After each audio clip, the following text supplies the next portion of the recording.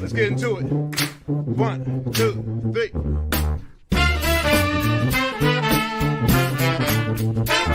Let's get some more. Have it in. Get some more. Just get some more.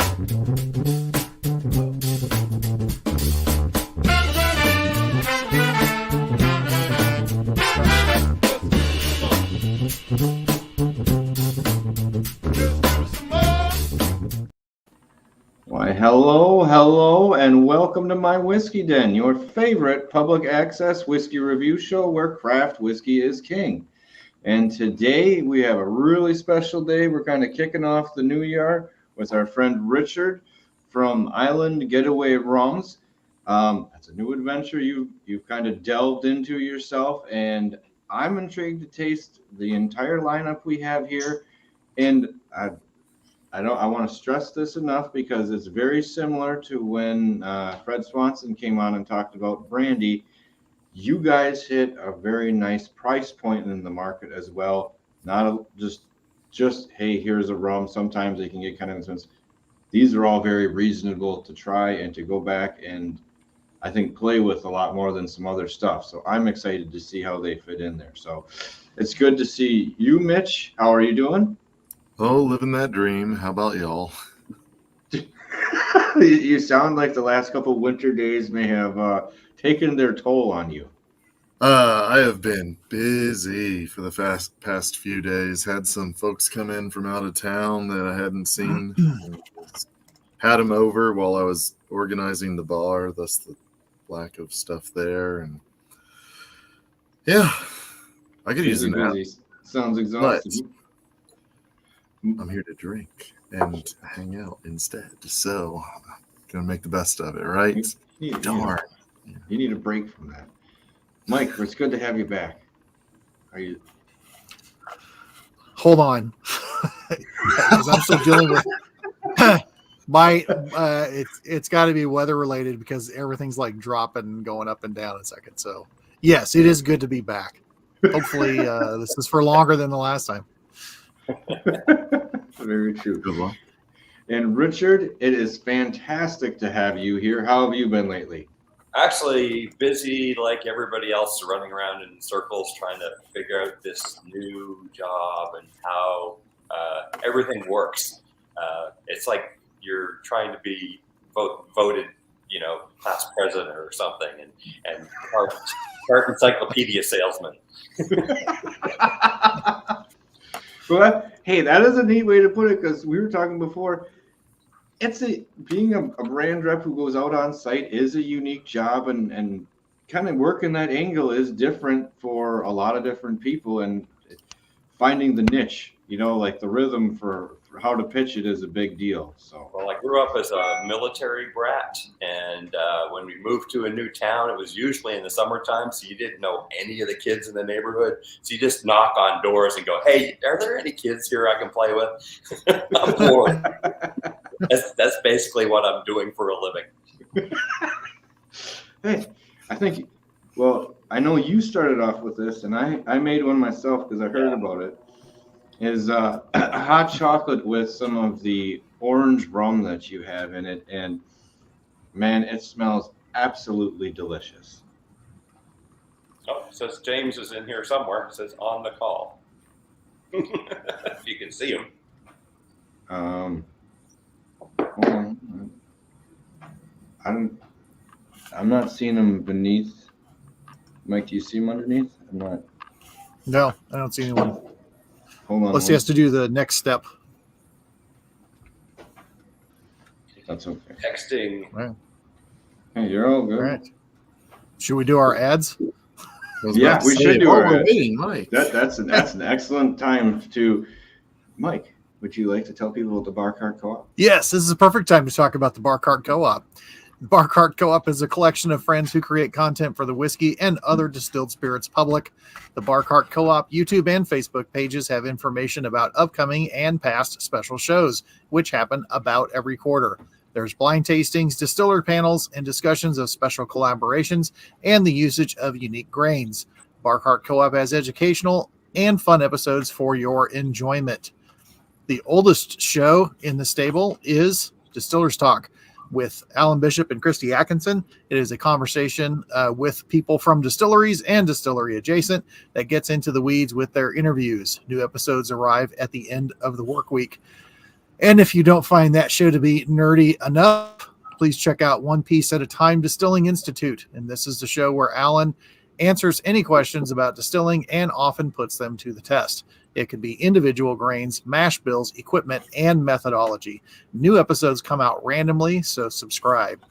And then we have the classiest voice on the internet, the Bourbon Turntable, where they mix the love of music with the love of whiskey. Kevin and Drew, now just Kevin, have a conversation with musicians, writers, distillery folks, and common folks about music and whiskey. It releases every Wednesday on all your platforms, including YouTube. There have been many two-part episodes with people that you've heard of, such as Nancy Fraley or Steve Gorman. And coming up, upcoming shows we have here this Wednesday, Tinzelkova, which is really cool. Check out that band. That episode was this Wednesday. Next Wednesday is part 1 of Jason Bronner and John Wadle. In part 1, they're going to talk about Buzzard's Roost. And part 2 is going to be talking about Peerless. And that should be pretty fun. I don't know if shirts will be optional for everybody, but at least for one person. And then on the 7th, Leilani Kilgore and Jeremiah Johnson is another set of musicians, and Kevin and I actually will be seeing them live opening up for the Cold Stairs in February. Then we have, last but not least, Whiskey Ring Podcast with David Levine. He talks to people in the industry that he finds interesting, and from the known to the unknown, David likes to get into the weeds, and David does all the things that we won't. And before I forget, there is also If You Have Ghosts, You Have Everything, which is a show about spirits and paranormal among us, as well as the unexplained and the spiritual. Subscribe on Spotify to get the first 3 seasons and the 4th one, which is in progress right now. Excellent. Hopefully I didn't cut out too much during that. No, you're really good. James, it's excellent to see you. Thanks for joining us this evening. We really appreciate it. Howdy doody. Excellent. Well, I poured myself a little hot chocolate with orange mixed in it. But as far as everyone else, what do you want to start on as far as tasting when we talk about stuff? Is there any in particular rum you want to start out on? Do we have all 5? Yes. Yes. We do. Thank you very much, by the way. Cheers. You should thank Richard. He set it all up. Richard is new to our team here at Island Getaway Rum, and he's awesome. I love him to death. I make him out a little forward. But yeah, so with non-spirit drinkers, I usually start with the coconut because it does prep the palate. But being that y'all are spirit drinkers, I think we go ahead and start with the white. All right. What do you think, Richard? I think the white, just to get a baseline of what it is that we're doing. Very, very cool. So the white rum, when I first started distilling, maybe a decade ago, I made a rum, and I was very interested in how interesting it was. And then I tried a bunch of American-made rums, and I was kind of crestfallen because I didn't find a lot of interesting rums. So I kind of set off on a journey to make an interesting white rum. And over the years, we've had some be gigantic and some be a little more subdued. This is a good middle ground. So what you'll get some butterscotches and some vanillas. We use molasses, so it's industrial style rum, and we use a copper pot still. And nothing's filtered. So when I'm distilling, I actually have to make proper cuts, and if I don't, it doesn't come out right. Those are important. And like you were saying, because we always like to talk about the people and what brought you into it. What were you doing before you got started with Island Getaway? Or what brought you to them? Kind of. I was a data analyst in the online marketing industry, and it's something I kind of fell into, right? Like a lot of people after college. I kind of thought I wanted to get into the marketing realm, and you kind of take jobs as you go. At some point, my father said, "Hey, I want to open a whiskey distillery," and I was probably 23 or so. And for context, I'm 37. So that many years ago. And I didn't really drink at the time. I have a beer here and there, but nothing really serious. And then so I said, well, if I make whiskey, I should start drinking scotch. So I bought a bottle of Lefroy and never turned back.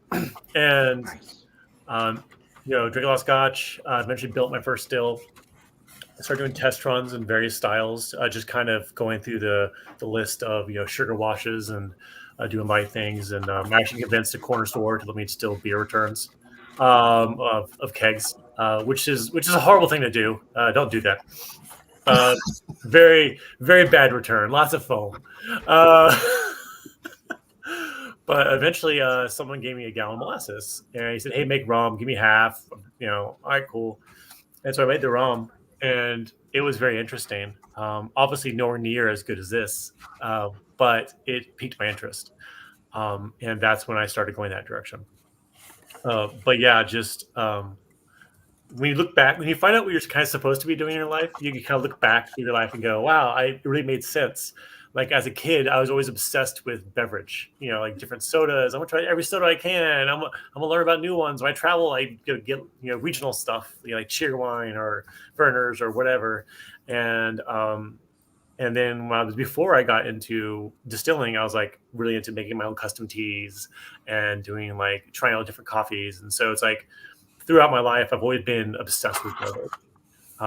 And so it just made sense to make a transition into actual alcohol and to spirits and distilling instead of just sodas and stuff like that. It's very, very cool.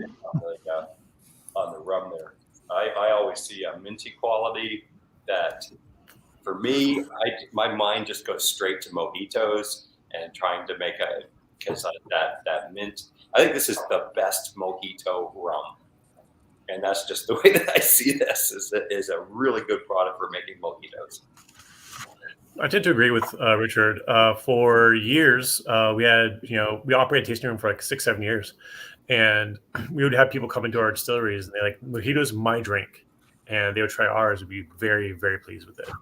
And the reason it works so well in mojito and daiquiris too, which I always mention mojitos and daiquiris, make real daiquiris, like you shake and pour it out like trash. Wait, you mean it doesn't come out of a machine?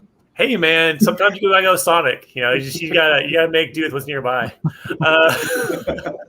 But I always say it's like those two cocktails in particular are very simple, right? 3 ingredients. It really a good rum versus a not so good rum really just makes all the world of difference. So this has structure to it, like just a medium body, like just a little bit of like a feel in the middle of your tongue, like not like thick, like a 8-year-old Scotch, but like for a white spirit, it actually has a fair amount of body, and that will support your cocktail. And those vanillins and those like butterscotches will actually like kind of support the lime and stuff without dominating, and that's the trick. For a while, I made this the same flavor profile, but dial it up like 8 as far as like potency. And we had a lot of issues because people were saying, "Oh, that taste is wrong." It dominated the cocktail.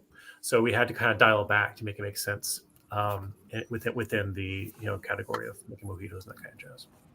When you were talking like mojitos with this almost seems just like add ice and you're almost there. I was gonna say it's not far off for me without just by doing that, making it a cocktail. It has, like I said, a little bit of that mint on that back edge to make it pop more, but it has a nice. I don't want to call it agave, but like a nice sugary, a little silky feel to it. It's interesting you mentioned agave because we've had people over the years like smell it and go like, "Is this tequila?" And a lot of people aren't as educated, but there is that vibe that tequila has. Some tequilas do have vanillins, do have that kind of like soft roundness to them, assuming it's a quality tequila. And so it's kind of a little overlap there, that kind of thing. That's what I'm doing. So, with old Mike, what's going on? Y'all trying the white? I'm enjoying it. I had a couple questions about what grade of molasses are y'all using? So we were using a grade. We're using grade C. Okay. So we've moved on to a new refinery within the last 6 months, and it's a grade B, the new refinery. However, no, that's not true. So that's grade B. The new refinery is grade C, but the new refinery, they don't process the sugar as heavily as some of like the bigger ones. So yeah, so I'm getting really detailed here. I will. If you don't stop me, I'll talk for hours. But we'll listen to whatever you want to pitch. We're nerds here. Yeah. So Go for it. I didn't know if you were like, oh, I'm messing with blackstrap all the way to what, you know. So earlier today, I was researching, those alcoholless spirits they're making, and I found one that's like wormwood, kind of absinthe with a bunch of other stuff. And I was like, I kind of want to try and make it. And then I was just like, I am learning so many esoteric things, like when it comes to spirits and non-spirits. But yeah, so the story of blackstrap is interesting because I've had this conversation with people. So I run so I have like my own TikTok and YouTube, the Copper Parrot, where I talk a lot about what I'm doing and why I'm doing it, and I'll answer questions occasionally. And I'm starting to get like a little bit of following the moonshine community because I love moonshiners. Like they're out there, they're doing their thing, and they break all the rules. So it's really cool to kind of like vibe with those people, you know. And some guy asked me, he's like, will you teach me how to make rum? I was like, well, I mean, I'll help, but he take it off for this or anything. But he asked me a question. He's like, this rum is made from blackstrap. Isn't that supposed to be like more robust? And I was like, the problem with the term blackstrap is it's kind of become a marketing term in a lot of ways. And you'll see, blackstrap molasses. And I've had blackstrap molasses or rums that are like super, super light. And because you can really strip all that out if you're, throwing a column too hard on it or stripping it with too much activated carbons like that, which is really a bummer. I love industrial style rums. So when I was distilling, I used to live in Dallas. And in Dallas, there's a lot of like hubs for like bakeries and industrial stuff like that. Because it's a big area, a lot of just industrial stuff. And so I used to go to a big bakery supply place and buy 5-gallon jugs of molasses. And I was like, I'm buying a blackstrap. Well, blackstrap molasses from bakery supply is baking grade. It's not really blackstrap, because when you go and buy a blackstrap from LSR, or something like that, you're getting tar.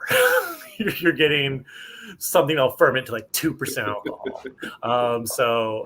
It's the grades are always kind of interesting when people talk about grades.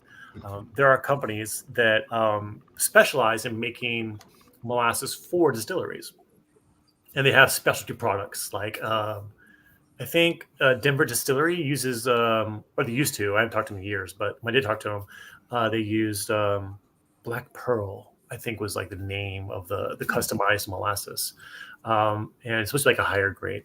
I haven't used it because the cost of going through those kind of companies is like 4 or 5x higher than going straight to a refinery, because a refinery is not going to give you as much as you might want. The refinery is not going to have like, oh, here's your bricks and here's your expected profile. If you're new to distilling and you need a lot of help, which is fine, everyone does, right?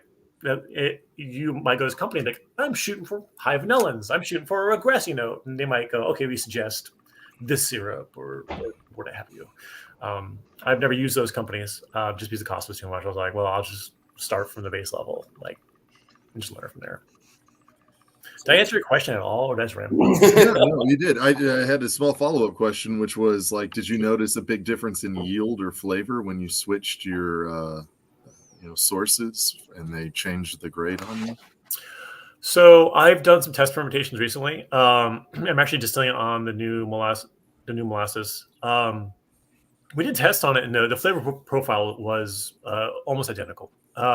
Because we're using it's still from Louisiana, so its water is very similar. It's not that far away, and the yield might be a little different. I'm actually testing some using new like feed steps. So when I first started distilling, I just do one feed, right? I just do like it's a certain bricks I want and pitch. But now I'm doing like step feeding. So I'll feed it right at the beginning. So like sugar molasses, and I'll go maybe a week, and then I'll put more molasses, more sugar in it.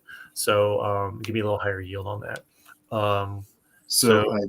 We know what you're talking about, but could you break that down for just a little bit more for? I'll just start. I'm sorry. I'll just start speaking clean on. It's totally fine. I can still understand. I'm good with that. So basically, I use bricks when I talk about fermentations. A lot of people use specific gravity. The reason I use bricks, and bricks is a sugar measurement, and it's like a density measurement. So you'll have a mixture of liquid, and you'll have a hydrometer. I actually use what's called I use the Easy Dens, which is an electronic measuring bricks measure or fermentation tool. Like $400, totally worth it. And I use bricks because I was kind of taught by a winemaker of fermentations, so I never really got into specific gravity. Wine's very into bricks. Anywho, so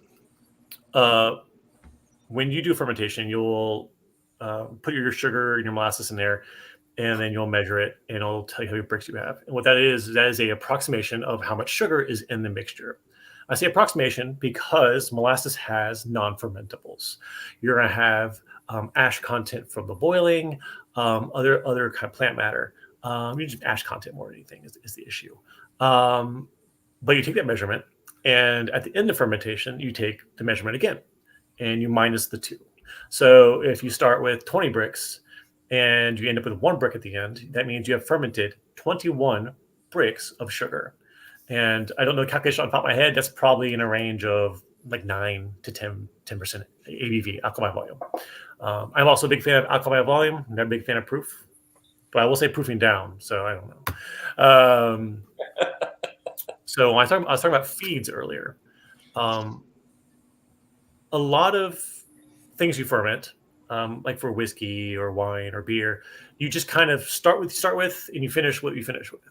I think mead, you might do feeds, but I'm not an expert in mead by any means. With rum and molasses is a little bit trickier to ferment. Why, I don't know. And it's silly for me to say that because I've been making it for about a decade now.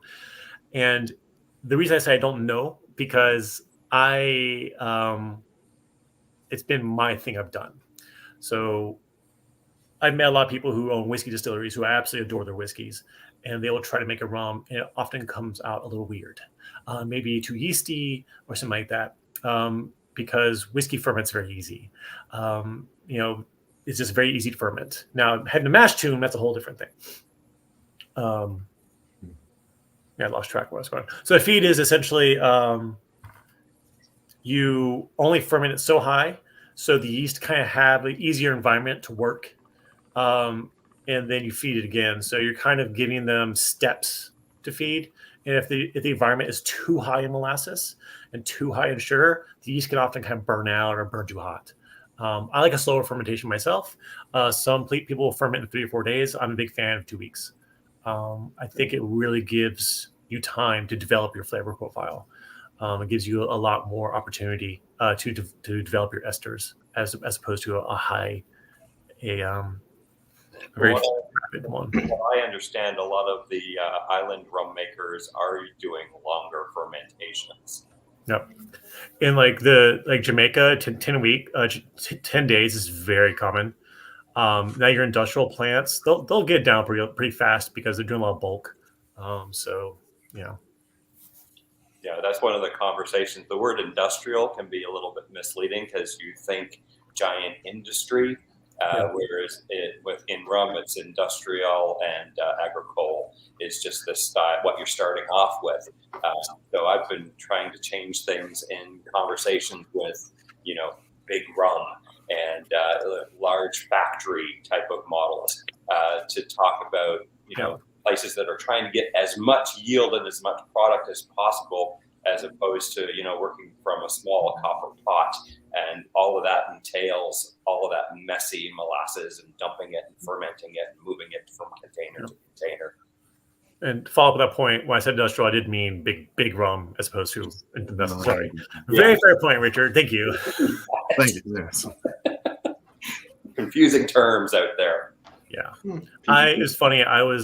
We had someone working for us who was from the whiskey industry, and I used the term funk, and she just her concept of what funk was like grainy kind of, and it was just completely different. It was just like, no, it's not right or wrong, it's just different vocabulary. And I've given tours to hundreds and hundreds of people, and I've tasted thousands of people at the distillery, and people often just don't have the vocabulary to contextualize what they're tasting. For a lot of people, it's like, oh, this is smooth. That's kind of as far as it goes, right? If you say, oh, this tastes kind of like butterscotchy, people are thinking like, oh, a dump of butterscotch, like an Old Monk or something, if you ever had it. But you know what I'm talking. Okay, you know what I'm talking about. Yeah, I do. I'm not saying it's bad. I'm just saying it's a lot of butterscotch. Hogo would be another word that's used instead of funk. Hogo. What was it? Hogo. Hogo. That's another word for funk. Hogo. Yeah. It's interesting. There's sometimes just those terms that are like self-referential. There's a wine term, and I can't remember what I can't remember what it is, but it's like a wine term that is just a wine flavor. Like it doesn't exist beyond anything else. It's just like this particular wine flavor, and now I cannot, for life, remember what it was. But sometimes that happens. That's fair. I mean, I've described a bourbon as very bourbony before. Very bourbony. You know, like you drink it and you were like, this is exemplary in the fact that it has nothing about it other than bourbon. So Yeah. But people understand that, though. yeah. So there you go. Yeah. Right. It's kind of like I like her. Yeah. Okay. It's done. It's like okay, I get it. Yeah. Not to downplay it too much. Seeing as we've been talking about molasses, let's move into the dark rum, maybe. Okay, I can slide that way. Slide that Okay. way. Oh, a distinctively different nose. So the dark rum's interesting because it is unlike anything else you're going to taste in the American market. And when I designed this rum, I didn't really have rum in mind as much as I had kind of cask finishings and wine casks and that kind of thing. And when I make things, a lot of times, it's often just what I want to do. It's kind of an inspiration. Years ago, I used to be part of a Scotch club, and this guy brought in this Scotch. It was some limited edition, and it was a cab finish. And everybody poo-pooed it. All the Scotch guys poo-pooed it. And I was like, this is delicious. And and I was like, oh, these heavy stone fruit. I was like, I love it. And so when I started designing my dark rum, like 6 years later, I recalled that. I was like, that's really like what I want to bring forward. And we're in Texas Hill Country, so we're near the wine road. And I know a fair amount of people who own wineries. So I have access to French oak casks, wine casks, all that kind of fun stuff.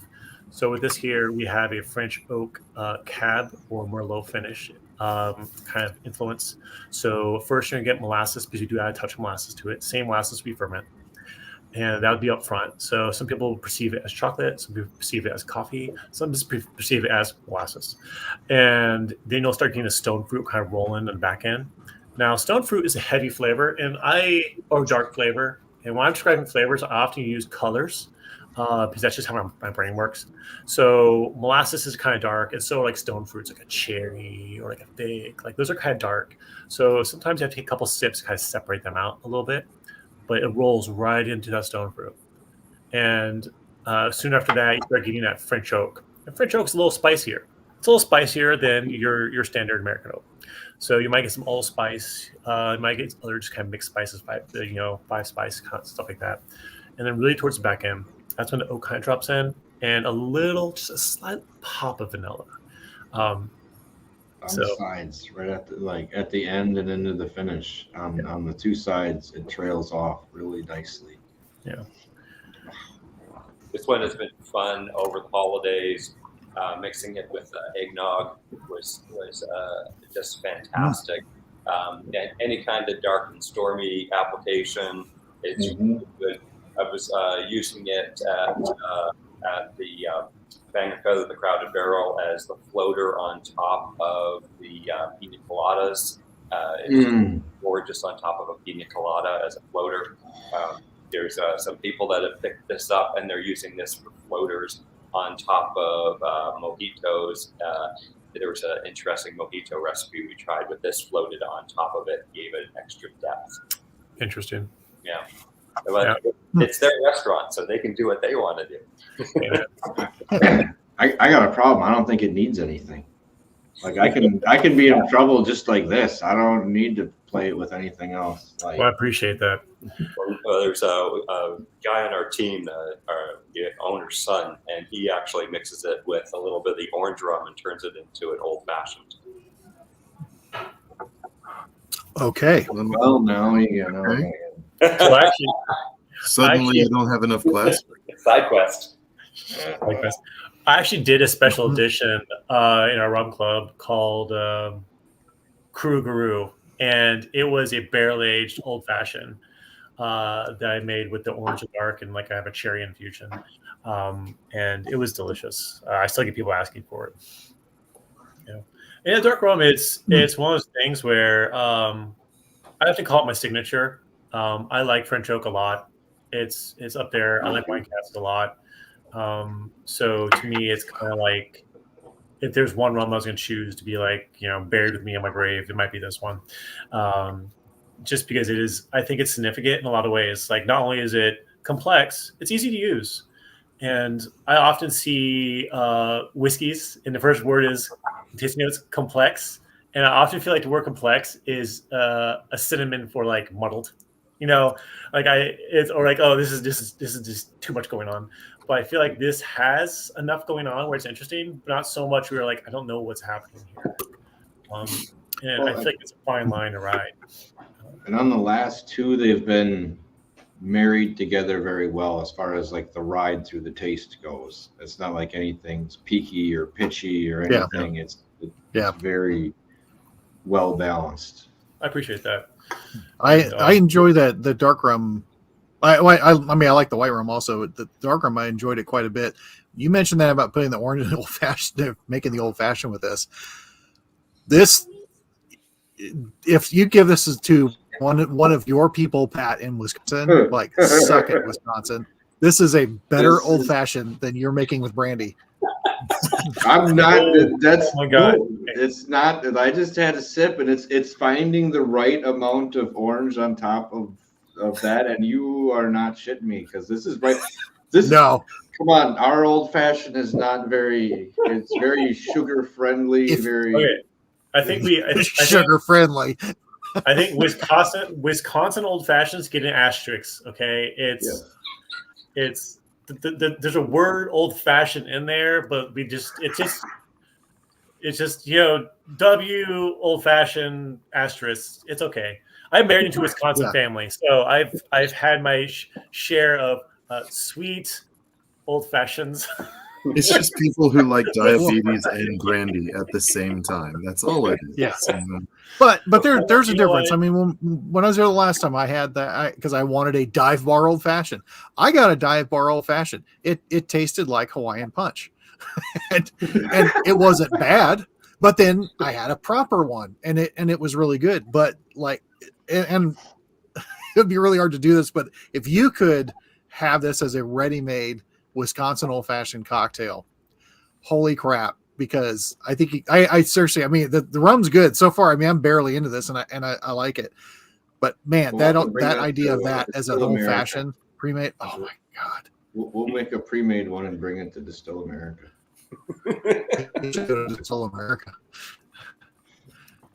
When I made mine, I did a little cherry infusion on top of it, just to make the cherry pop even more, and that was super enjoyable. It's very drinkable. I have a little bit left in my cabinet. I pulled out every once in a while and just have some for myself. But yeah, no, I dig it. And even though this is a little lowbrow, but honestly, like the dark rum and a Mexican Coke, it's amazing. Can you go wrong with that? Yeah. Like it slides right in. And I feel like a lot of spirits and Coke, like whiskeys and Cokes, so it doesn't marry as well. But I feel like this marries really well into it. So for me, I had twin girls born a little over a year ago, and I was in the hospital thinking like, what's be my first thing I drink? I'm opening some super limited edition scotch I have, or some small craft whiskey, or rum, whatever. And I was just like, I'm gonna have an Island Getaway rum dark and Coke. It's like one of those things that you're between diapers, right? And it's like, what's your cabinet? And I do like breaking out a shaker. I do like making really cool stuff. But sometimes when you're at home, you're just trying to kind of wind down. It's just nice to have a nice rum and coke occasionally. The thing is, we were mixing the orange. Maybe the orange would be the next one to look at. That's fair. I guess we could do that, but yeah, cat's out of orange. No, I'm not. It's getting close though. But I mean, this dark one, I really like it because it's not over the top. For some dark rums, or I don't know, just go over the edge. No, it is not. It is not in any way. That's one of the things that I wrote down is that at least I have a preconceived idea because when someone's you try this dark rum, well, sometimes it's kind of as brought up earlier, sometimes it's bourbon, just bourbon, and sometimes that like the dark rum, it's like it's just so thick and sweet just for the sake of being thick and sweet, and this is not because it has flavor to it, still has a sweetness and everything. But even with that orange, I've had other orange spirits that are just way too much. And this the first thing that I noticed when I opened the orange was it's like I just tore open a clementine. It wasn't fake. It wasn't anything about it. It's like, I just tore open a clementine. I'm not ready to have a clementine. It smells extremely strong. The orange it's sorry, was it Rich? Go ahead, Richard. From the mixology world, this is a dream because of the zero added sugar. We're with only natural flavors. You can actually go into a cocktail and you've got a clean palate to build on. And that's what I love about these flavored rums. And Richard's 100% right with like the orange and pineapple and coconut. They're all zero sugar. And what that ends up getting you is brightness and lightness. So it's light in a sense that it's not heavy on you as like a triple sec maybe. But it still has a potency of flavor. So if you're going to add this to your cocktail, what that does for your cocktail is it opens it up a bit, and so it doesn't drag it down. So we actually used to make a Mai Tai, a Mai Tai with the orange rum, white rum, and the pineapple, and that was like where we got most of our flavor. We used to use the juice a little bit to accent it, but it made it a brighter Mai Tai as opposed to being like a super heavy sugar bomb. And so if you're using like that orange rum, like it's like a margarita, instead of your triple sec or Grand Marnier, you get a brighter margarita that's less heavy on you as you're drinking it. So you actually get that opportunity. We actually mixed it at the Eagle Pass Casino 50-50 with tequila and made a margarita. I could see that. So I have a question. So Mike said it was like opening up a clementine. I get like orange oil, like expressed orange oil, like when you're making a cocktail more than anything on the nose. So you said all natural orange flavorings. Like, is it orange? Is it orange oil? Like, is it a mixture? Like, is it orange juice that you're using? Here comes the nerd answer. I'm sorry. Here comes the nerd answer. The nerd answer. So the nerd answer is it's an orange extract. Is that the right term? So we work with a third-party company that uses like vacuum stills and all kind of cool shit that I don't own. And it's distilled off the peel. Now that you're asking me like what the actual like original orange is, now I'm like, man, what is it? Because it's been such a while since I started ordering it. Probably orange in color, right? So so I had these drums. They come in, and if I just pull it out the concentrate, it is orange. Like you can see like the orange color of it. It's not like orange juice. It's definitely much lighter because it's kind of a concentrate. So for these last ones, I'm using these flavor tools because the first flavor I tried to make was the coconut. And I didn't make coconut until like years into our business. But if you try to distill coconut, it's a very difficult process as far as trying to land a flavor profile that's throughout. I would have like coconut front, coconut back end, or I have cereal notes as opposed to a full out coconut. And then what I kind of learned eventually was that you need more of the specialty equipment to make it work properly. So with this orange coconut pineapple, it actually comes down to I'm working with a third party where they actually use natural ingredients like the orange or the coconut, and they use their equipment to kind of get those essences out. Orange peel makes perfect sense because to me, this is like, so I'm not a great cook and I'm not a great mixologist. So when I go out to the bar and they express that orange peel over the drink, that is what like this orange flavor reminds me of. Excellent. It's like an effervescent orange creamsicle on the nose when you're like coming up to it. Yeah. Like you said, it just brightened it up. It lightened up coming the flavors in the nose. I haven't even gone and tasted it, but I'm like, that's one of my favorite. I love orange smells. Sorry, that's it. It sounds lame, but all the cleaning products are not like pine sol or lemon. They're orange in my. The orange is great, man. I love the smell. And orange can go a lot of different ways, right? You can go like I heard Mike said would come in time. Like you can go navel, you can go floral. I think we're a little more on the floral side when you drink it more than the nose. And it's all just kind of a different types. Wow. And Richard, what's one of your favorite drinks to make with this? So we started off with the orange hot chocolate because we ended up getting that cold snap, and taking this to the liquor store and doing hot chocolate with the orange, and it's making like a Terry's chocolate type of. If you had that Terry's chocolate, that's the chocolate that turns into chocolate slices. Yeah, that's my favorite thing. Yeah, it has that kind of quality to it. But honestly, before that, I was using cranberry, and just before the holidays, I did cranberry and prosecco, and I made a giant fruit punch. I also did cranberry and ginger, made a punch that way. When I'm in the liquor stores talking to people, you've got to open up their minds in different ways. They're a different type of consumer than we get in the bars and the restaurants. A lot of them have no idea anything about craft or mixology or anything like that. So trying to come up with something that, you can say Mai Tai, and it's like, well, that sounds complicated and difficult. But if you say fruit punch, all of a sudden it's like, I know how to make fruit punch. It's like, well, here's a big bowl of punch. And, so sometimes I'll tell people, hey, come on over here. You're in charge of the fruit punch this year, and this is the perfect rum for it. To stack on what Richard was saying, I totally agree with the idea of making it accessible. It's one of those things that not everyone wants to, make their own custom simple syrup. For a while, I was drinking penicillins, and it's one of those things that like I would make my own ginger honey syrup, and it takes like a day. Like you have to like do it overnight, and blah blah blah, and it's not even a sweet drink either. It's like people hear honey think it's sweet. It's like almost sour, and so people are just like they're not going down that road, right? They will pull out whatever sparkling water they have. They will pull out whatever soda they have and add a product to it.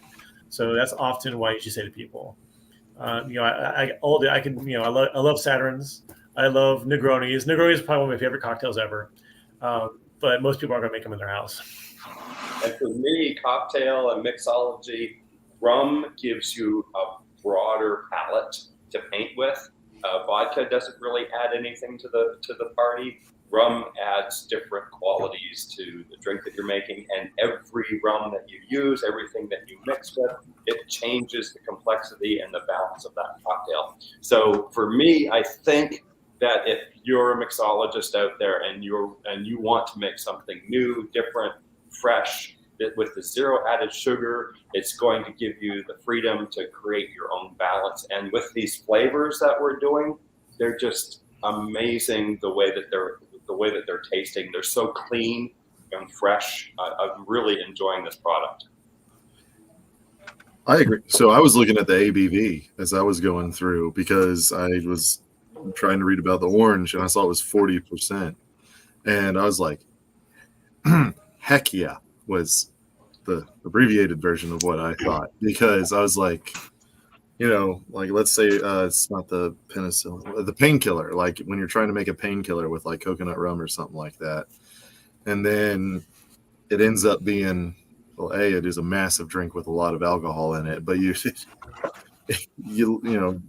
throwing all those flavored rums in there, it's just like it's a lot of sugar and less alcohol than you. And this is a great substitution. This is not that. It's not a lot of sugar, and it is the proof that you don't have to worry about it diluting and losing flavor.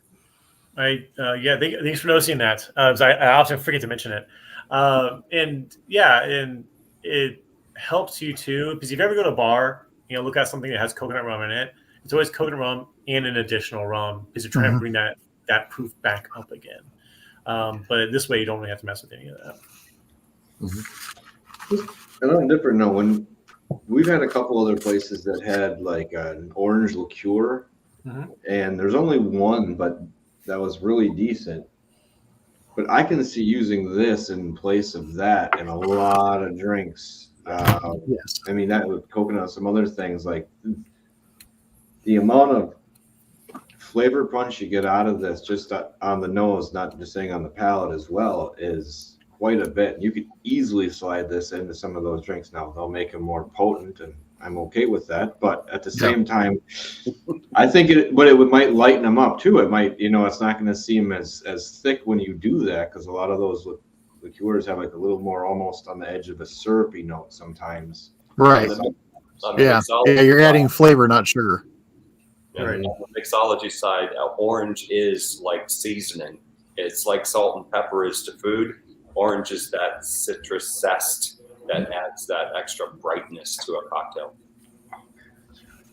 Damn. And I have to ask, after trying these, go ahead. No, I was just saying, in general, orange peel is in a ton of things you may never thought of. Like Coca-Cola has orange peel. Most spice rums have orange. Some citrus, usually orange. Gin has a lot of orange peel, depending on the gin, or various citruses might do. The gins I like. A lot of times you can't. What is that? The gins I like. I think all gin is special. It just sometimes there's too much cardamom. Or Birds of Paradise, I don't get it. Okay, I just don't. Okay, anyway, regardless. I want to go down that rabbit hole another day. I go on I made a gin for about a year, and I can go on a long talk about gin if you really need me to. But yeah, it's sometimes orange, and I've used it in other specialty products, and sometimes it just expresses itself as bright, and maybe not even citrus, just bright, and that will kind of uplift everything else that you're drinking. Sorry, Mike, what were you going to ask or say? Oh, I was going to ask. I know we're not all the way through these, but jumping forward, what's your distribution like? I put it on a truck and it goes places.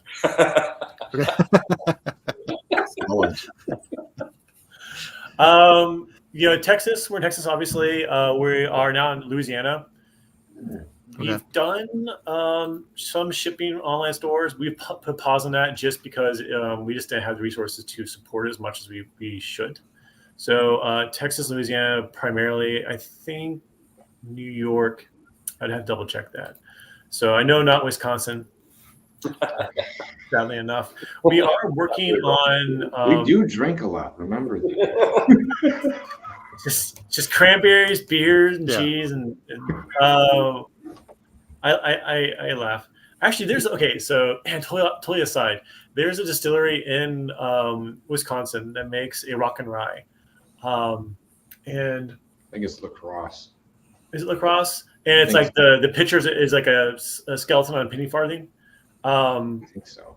Anyway, it's like cranberry maple rye whiskey. It's very Wisconsin. It's delicious. I finished the bottle. It's gone. But anywho, just shout out to Wisconsin. They're doing some distilleries these days, which I enjoy. Not just spotted cow beer. Okay, it could be other things too. We'll take our wins where we can get them. I pulled out the pineapple next. Yeah, pineapple's great. One. So with my products, I'm usually kind of painting a picture, and this one, a lot of you might be able to sympathize with me. Growing up, the dessert at the dinner table was usually a canned fruit of some kind, often peaches and syrup, or a number of other things, or pears. cinnamon pears, but one we often have was pineapple, right? And so when we opened up the pineapple can, that just poof of pineapple is like the exact thing I was going for on this. Yeah. Oh shit! Dude, I poured this and I smelled it. Like, that's impressive. Yes. Yes. Normally that happens with like super peaty whiskeys or like Hampton's rum, where it's just so agricultural you can't get away. But my brain went straight to spicy margarita or spicy daiquiri. So I put a slice of jalapeno with the lime and some agave and shook it up with this. Ah, it's good. That's so delicious. Sorry, I'm kind of lost in this one. I'm gonna mute. I'll be back in a second. The funny thing is the nose is a lot more dominant than the palate. It's totally opposite with the coconut. The coconut is softer on the nose, but more present on the palate. This one is more present on the nose, and it's just soft and pleasant on the palate. You know, citruses and pineapple. Pineapple is not technically citrus. I think it still has the same characteristics where it's very aromatic, right? And the nose is always so important with anything. I usually try to approach things from like a holistic standpoint of like nose, palate, finish, as opposed to just being like one thing or the other. You know, I mentioned earlier about dark rums where it's like a lot of dark rums are just so like big or they're so single note. And here with these flavors, we do have a more concise flavor just because we are planning to use these, you know, in applications or cocktails, stuff like that. But we still want to have that nose because that's going to express itself very well in the cocktail and really entice your customer or entice yourself when you're making these cocktails using these kind of flavors. Which would make a great float on top of your cocktail because especially if it's a frozen drink, most people say, I can't taste the alcohol, but if this is floating on top of it and they're mixing it in, it's like that bouquet would be gorgeous. Man, go ahead, Mitch. Sorry. I'm sorry. I was going to say, for me, the nose it's close to that when you first open the tin, but if you've ever gotten a pineapple and then you were like, oh God, I got to eat this like now because this is like as ripe as it's going to get. And you make that first cut for like the top or the bottom. And then that first little whiff of sugar and pineapple hits you where it's just like, I don't think anything can smell more pineapple-y than this pineapple right now. Like, that is what this is triggering for me. Excellent. Love it. To mark that down. I agree with you on that. Drinking it is neat because, like you said, it's a little bit lighter. It's not heavy. You get the pineapple notes, but what's left for me is a really long like hug around my tongue of pineapple. Like that's like a nice like a Kentucky chew or something like that. This is sticking around a long time, but like I said, not overpowering. You guys did a nice job. Like you said, you're going to use it in a drink. Hides in there. I can see I'll give it a kick. Just like this though, it just feels like I just ate some pineapples a minute ago, and there, how you have like the leftover, juices for a minute or two. It's like almost the same finish as that. That is crazy. Yeah, that's a first note I had. Fresh cut pineapple, just like what Mitch said. And then my other thought was, what would be really fun is to have this, with people. Open it up and drink this while you're having pizza, just to see how you can divide the room. there may be a Canadian in the room. What you could do is you could you could low key slide people into liking pineapple pizza. Yeah. Like, hey, let's have pizza and make cocktails. Cocktail named pineapple pizza. Yeah. Hey, that little bit of spiciness kick on the top. I don't know. But once again, like you said, adding this in, these almost could be, they're damn near drinks by themselves with just a minimal amount of titch left or right. And it's not a lot. Like other things, you really have to play into it. Like spritz of this, and like if you're adding a soda to a drink, that's the floater. or just sliced fruit. I had a lady ask me, I've got this coconut at home. What do I do with it? I said, go to the grocery store, get the frozen pineapple. Put the coconut rum on the frozen pineapple, add a little bit of seltzer water, whatever your favorite, LaCroix or whatever. I said, then when you're finished, you've got dessert that's been infused with the coconut rum. And she goes, that's brilliant. I'm going to HEB. That's brilliant. I dig it. So I might have leaned a little too heavy into, hey, this would make a good old fashioned. And I put the last little bits of my orange and pineapple into a little bit more of the dark rum with just a dash of black walnut bitters. And There you go. That went well. Not You should do that. to derail the conversation, but I'm actually making a Noshino right now. Oh, okay. There we go then. All right. So it's not like we're finding out new things. This is just. I harvested the green walnuts myself, and I've moved over to a honey barrel recently. I've got no like route to market. I'm just making it because I just have a desire to do it. There you go. That's all I got to say about that. Your bartenders will never be upset about having something to use like that. So I don't know what to do with it. No. I left the most divisive one to the end. The coconut can be a love it, hate it for some people. And because of almost every other coconut on the market, there are a lot of people that have regrets. Is it no regrets? No regrets. Yeah. No regrets. Coconut rum and spiced rum has a lot of regrets, and with a lot of people when you're tasting the store, hey, I've got some Texas rum for you to try. It's like, nope, been there, done that, I'm finished. It's like, I can change your mind. Or if you see someone with coconut rum in their hand, that zero added sugar and 40% alcohol, some of them are half the amount. In Europe, there's some new regulations coming out on what you can call rum. And that is going to change a lot of things that are going on right now. And we're ahead of the curve with this one. Yeah. So coconut. So coconut nose is gonna be softer.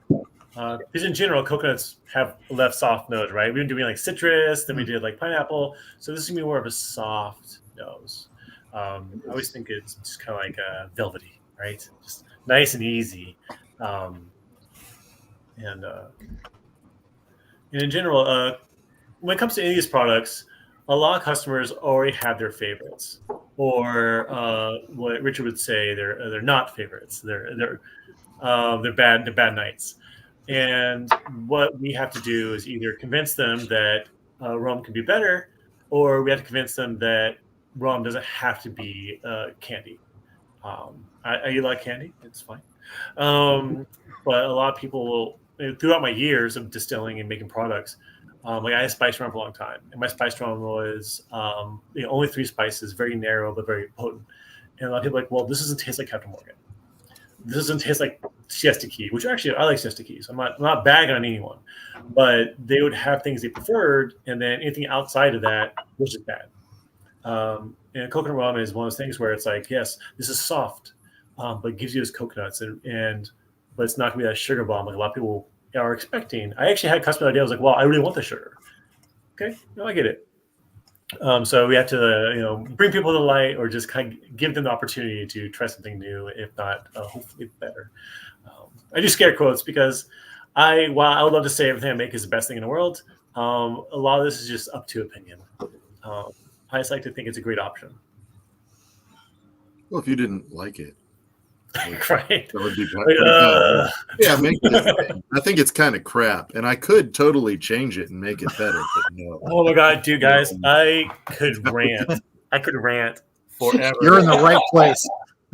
Okay, so Richard knows. Okay, so I don't understand, and I've had this in my brain for the longest time. Why do people release bad products? And we can say all day long that something is unique or different, but sometimes something's just bad.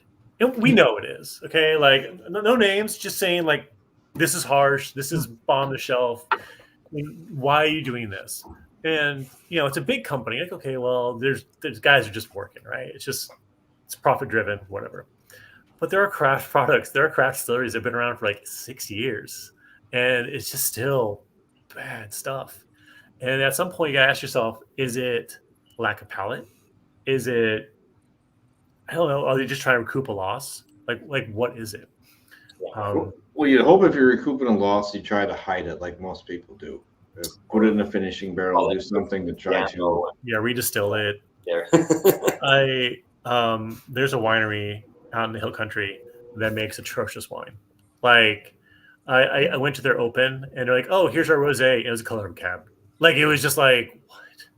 And I've had a lot of conversations with other winemakers about this winery, and it's just like it's just whatever reason there's a lack of detail. There's I don't know. Like I learned a lot of my distilling early on from like kind of home distilling forums, because you get a lot of guys experimenting and doing stuff, but their range is so narrow. Like all they use is like baker's yeast, and they're like, oh, that's all you need. It makes great stuff. And at some point, you have to ask them like, what's great to you? Because it's fine to start with, it's fine to experiment with, but it's not going to make production level quality stuff. Like if you don't go buy new yeast, because I mean I would say can't, but everyone can. Everyone can order yeast off some random website and get it in however many days. But there's no reason to do that. Like you can always try new things and hit something different. So I can use a restaurant analogy. When a restaurant just starts out and they hire a chef to help them put together their menu, and the chef's there for 6 months and they decide, well, we can't afford them. We've got the menu developed. The cooks already have learned all the recipes. We can just run off of this menu for the next 5 or 6 years. And if we need outside consultation or we'll ask our cooks that are working there now, if they can come up with specials or whatever, and which ones we like. But there's a degradation that happens because that chef isn't overseeing the whole thing anymore. They're no longer involved. The menus weren't really made by the employees, or they were made by this chef. Whether they're reproducing them faithfully every single time, it's going to be problematic on whether or not that keeps coming through as the same product. I've seen that happen in restaurants where it's like, okay, yeah, we can bring all, but I've also seen in whiskey where they brought in all of this amazing talent and they put them all up front and they still use them, and they just keep on rolling and boiling over with good product. So I think a lot of it has to do with people who are humble and honest about what it is that they're doing in the first place. I think, James, you're one of those types of people that's self-critical. I know a couple other distillers that are out there, and they know when it's crap, and they're willing to go back and go back to the design and redesign it and fix it. How many infusions of different flavors did you come up with, James, before you landed on this final product with the flavored rums? A fair amount. These were pretty straightforward because I kind of knew where I wanted to go, and so it's interesting because like sometimes because this is a little more straightforward. Like when I made my gin, I probably did 45 different tests of different botanical blends, and even then you go much further. When I make a lot of my stuff, there is often a vision.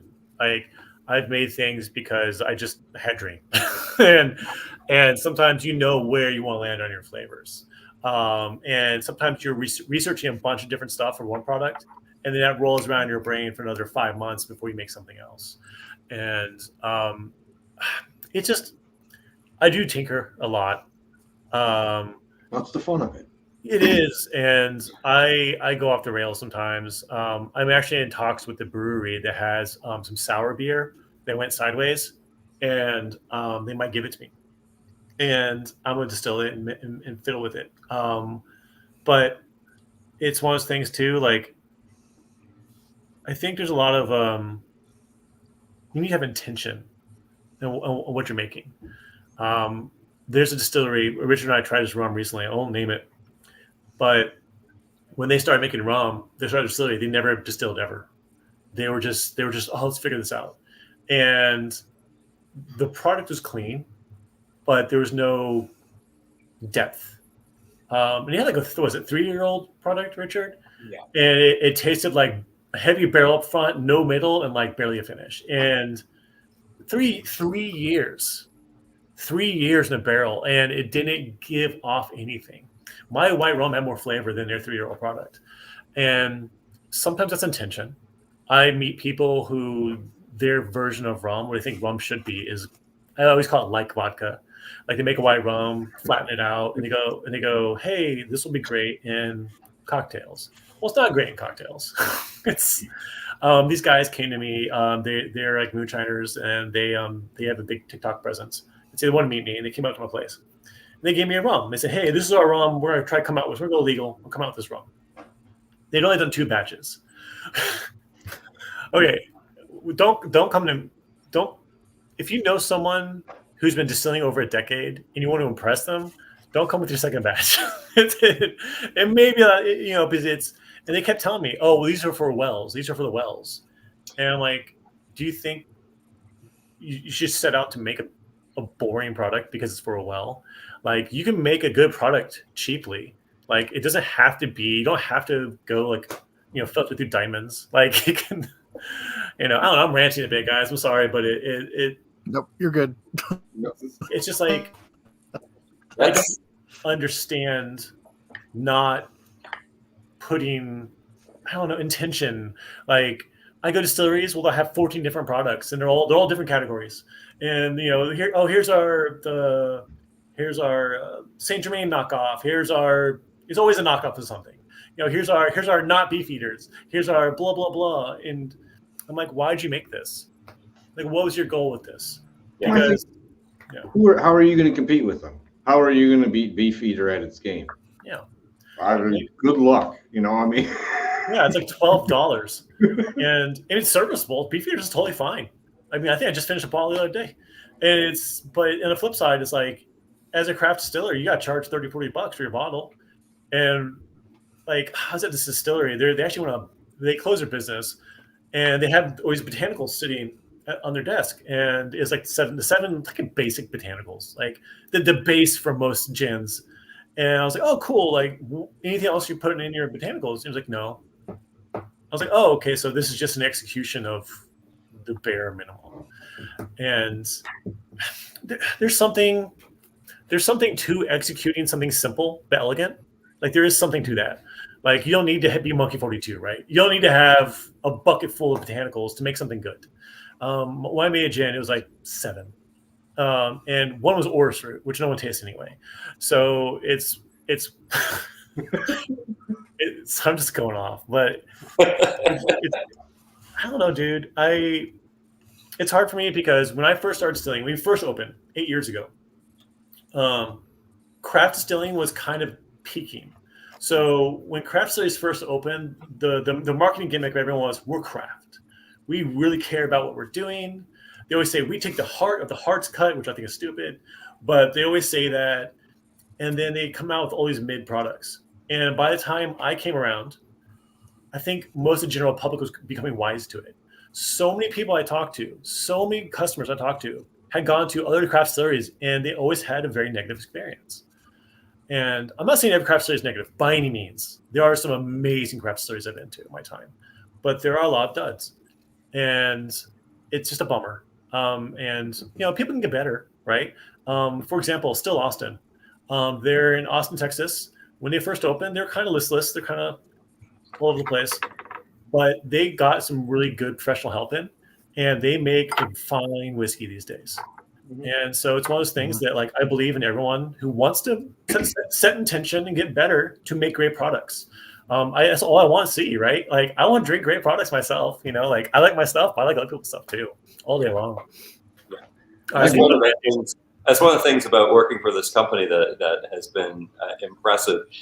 We're talking about other people's products. We're talking about other people's processes. We're sharing other products with each other and getting ideas about what they're doing.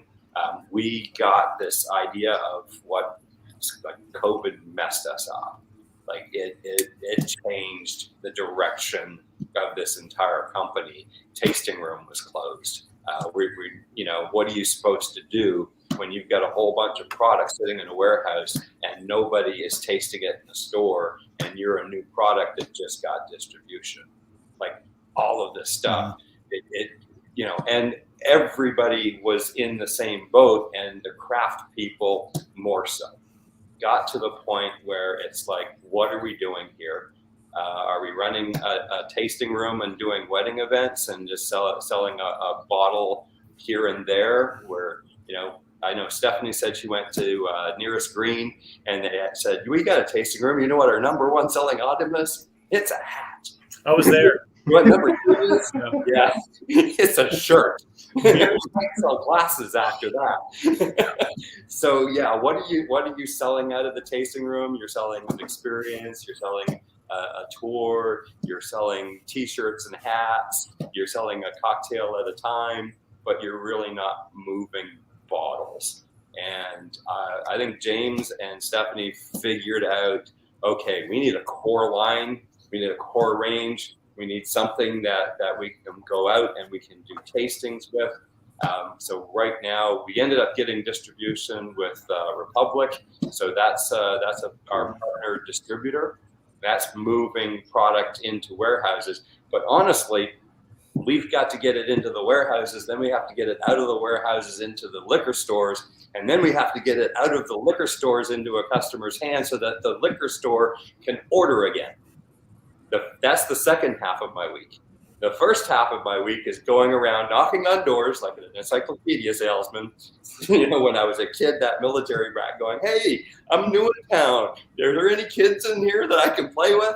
This is what I'm doing in the beginning of the week, hoping that I catch the bar manager who's probably going to be there on the weekend. This one's got Tuesday and Wednesday off. That one's got Sunday and Monday off. It's like, and trying to organize this one restaurant, bar, hotel, resort at a time to get them just to taste the product. Because I think you guys tell me whether I'm wrong. Tasting, the proof is in the tasting of it. You can talk all you want about zero added sugar, all natural flavors, Hispanic woman-owned company, all of the talking points are all well and good until you taste it and you find value in it yourself. You find that this is something that I can actually use in my bar, in my restaurant, in my house. Then you're not doing anything.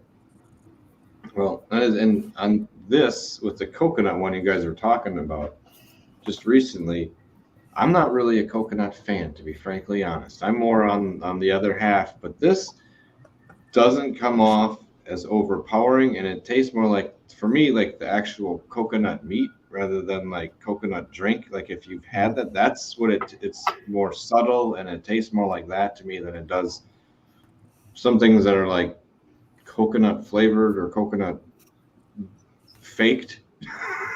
Yeah, is a good way to put that.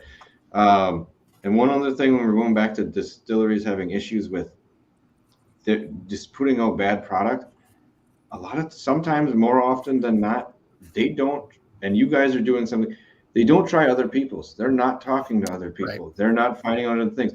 They're sitting in their wheelhouse and they're like, well, it's gotten better. Hell yeah. Well, yes, it did. But when you start putting it up against someone else's, and all of a sudden you're like, oh shit, we need to do more. Like you didn't do that, and that's a distinctive thing when you're going to be putting your bottle up against someone else's on the market. You kind of got to know where it sits. First time I went through Kentucky, I stopped to visit our friend Benjamin Eves over at Jefferson's, the Kentucky Artisan Distillery. And that's one thing that they're doing over there, is they're bringing in other products. He was doing an entire other distillery as a tasting with his entire team over there at Kentucky Artisan. And it helps them train their palate. It helps them decide what it is that they're doing, how their product differs from other. The funny thing is they were saying, it's amazing what you guys are doing over there at the last distillery I worked at. And it's like, wait a second, you guys are doing all this amazing stuff too. The tropical came out just after that, tropical aged Jeffersons. Like, you guys are just all over the place with the stuff that you're doing over here too. So yeah, it's amazing. Like you said, you get inside your own little wheelhouse, and it's like, you know, other people are doing so much amazing stuff, and it's like you sort of forget what you're doing. It can be also amazing until somebody comes from outside and sort of points that out. Dude, palate training is so important. I sample my guys on stuff all the time. Because yeah, you can totally get in your own head. Super easy to do. I've done it. I mean, I've come out with stuff that's completely off the wall. Be like, why'd you make this? Like, I just I don't know. I didn't vision. But yeah, I mean, I had a guy come to me last year. Oh, easy to say, it's January, and he wants to open a Salto distillery. Grew up drinking it. He lives in, I think, Abilene. Not a bad dude. And you know, I talked for like 3 hours, and I kind of left him with some advice. I was like, go drink something else. Go make something else. Like, start distilling anything. He's like, well, I want to make this. I'm like, cool, okay. Well, when I first started distilling, I want to make single malt. That was my original goal. And obviously I didn't end up there. So it's one of those things that you need to go and try and do things, and you never quite know unless you try to do it. And tasting other stuff too is so important, because you can get inspiration anywhere. And yeah, it's broad horizons. I mean, I drink everything, right? I mean, not only spirits. I mean, I drink different beers. I'll have sake, whatever. I mean, I love trying new things. I'll try a weird kombucha, just put it in front of me. Like, it's all about being open. And a lot of people start distilleries will buy into the marketing. They'll be like, oh, well, bourbon has to be made in Bourbon County, or, you know, they'll buy into these marketing pieces, or they'll go to like a seminar or Moonshine University, which you can learn a lot of great things there. I've heard good things, but you often leave these kind of experiences with like a business plan. And it's like, here's your business plan. You know, buy this still, make these 8 products, and your gin has these botanicals, your rum is made this way. And it's not a bad place to start, but it's very hard to learn a lot and a lot of different things all at once, right? Because alcohol is debilitating. Like, I gotta try so many things. I went to a Scotch Festival one time and tried 25 samples. I have the notebook still. I have notes, and you can read the first 7, and then it gets very squiggly very fast. And so to get really good at any product takes a long period of time. There's a distillery that I absolutely adore, and they made a spiced rum. And they're not in my state, but I have a friend who lives near them, or his family did, visit family, whatever. And I was like, hey, can you go get that spiced rum? And I saw it wasn't on their website. I was like, I swear to God, I saw it. And because they make like my favorite gin. And I was like, well, they make a great gin. Maybe they'll make a great something with botanicals or, spices. And so I emailed them with my fancy distiller email account. And I'm like, hey, I wax poetic about their gin because I love it. I was like, I saw spiced rum on your Facebook. Like, is it retired? Is it gone? Because it was definitely there. And the guy's like, oh yeah. It the price of vanilla went up too high, so we felt like it'd be too expensive to sell, so we're just not gonna sell it to our customers. Oh, okay. He's like, but we have a tank full of it. Okay. And then he's like, oh, you want me to give your friend a bottle of it? I was like, I'm happy to do that. I was like, that'd be great. Thank you so much. I'm thinking like a little bottle. Give me a full $750. It says single malt. There's a little sticker that says spice on the side, and it was not good. Like, it is actively not good. And my feeling is that they probably figured out it wasn't good, and then they pulled it, right? They said, oh my God, we're going to do this. Like, let's put in a tank, and I don't know. And so I give them props for not selling it, right? Like, they could have been like, a special edition. They could probably sold it and just closed it out and been done with it. Maybe they're barrel aging. I have no idea. But they have other great products. So they already proven they have a palate. So I don't know. I want to hopefully distill whiskey this year, just for funsies. Distill that beer and see what happens. I don't know how good it will be. I can be terrible at making whiskey, at least the first time, because I'm not experienced in it. So that's why it's my way of saying too that, like, even though I think I'm pretty decent at making rum, I don't know if I'll be great at making everything. At least not yet. So I don't know. I'm just ranting, guys. Any more questions? I get answers. Hold on here. Are we gonna make our the 5 blend to cheers on? You guys I don't want to. Five, After I made the little five old together? fashioned. I'm going to. I have one extra glass here. I think I'm gonna. We usually do I a don't little have blend. I did a Well, you know I what? went with Pat O'Brien's hurricane mix just right after New Year's or right after Christmas, and I need to think of something else. So I went and I took one shot of every single rum, and then I did the exact proportions of the Pat O'Brien's. You don't read that ingredient list. You will not enjoy what you read on the Pat O'Brien. I think number 1 is high fructose corn syrup. Yay, America. Ooh, you put all 3 of those in the same glass that are flavored, and your nose is in there for a ride. Oh my gosh! Whoa! I did all 5. I made a little junky junky's not the right word. I made a quick pina colada with the coconut and the pineapple and the dark rum, just real quick, just kind of messing around. Richard's probably done this already. Yeah. It was. I'm not a pina colada person. That was my wife's favorite, and I was like, all right, yeah, I get it.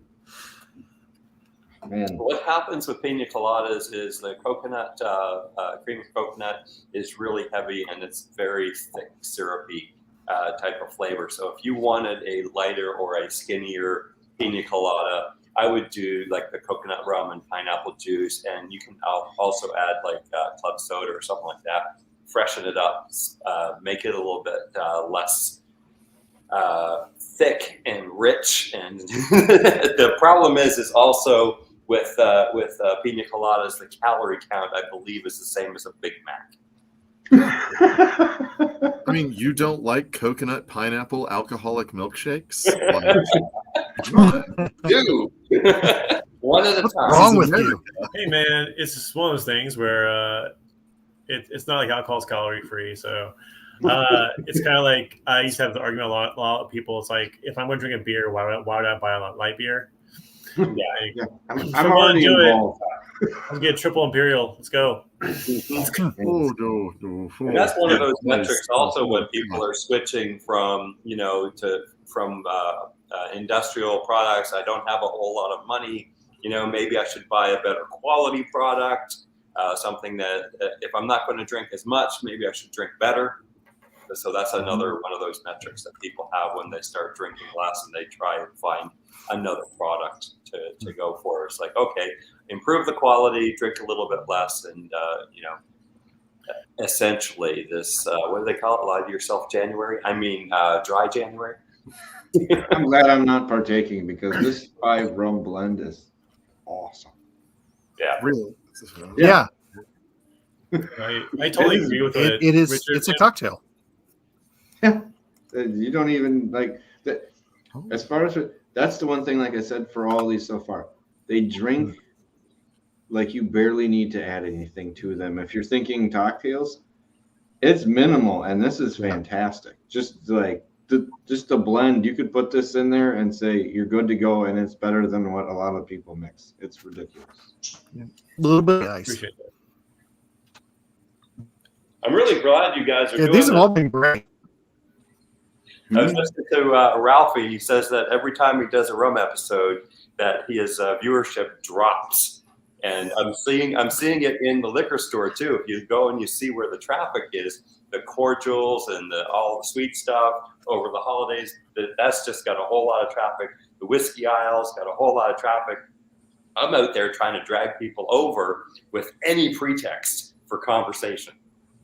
And yeah, the rum aisle has, and like you have the one side where it's like, oh, it's too sweet. The spice, the coconuts, all of those things. And then on the other side, it's like, no, I'm from a specific region, or this is my Puerto Rican, my Venezuelan, and it's like, that's all I'll ever drink. And then you've got the people who are looking for the really interesting, it's like almost like the bourbon hunters that are going through to find that special Holmes K release, or that special 8 Marks of Hampton that they're looking for right now. There's a lot of really niche people that are out there. Those people are only going to buy one bottle. That's all, because it's like, oh, look at this weird and unique little unicorn that I just found, and I can share it with my friends and show them I've got this rare and unique unicorn. Maybe I'll buy 2. I can keep one on my shelf so I can tell people I've got this unicorn, and then I can taste the other one. But they're going on to the next exploration. This is going to be something that you can keep going back to, and it's got utility. The price point came down with the change of label. We didn't even talk about high rum, did we, James? 8 years you've been doing this, and we've rebranded. This is actually the new label for the white rum. All 5 rums actually have this beautiful palm. The dark rums turned into this like purple label. It even makes the liquid inside look like a different color. It looks sharp. I was going to say, I like the new labels quite a bit when I was looking at them. They're really nice looking. Excuse me. No, this like turning people, I think is interesting in that situation where you're doing it, Richard. But these are so crisp and clean and a little bit different than what I think most people are expecting from a rum.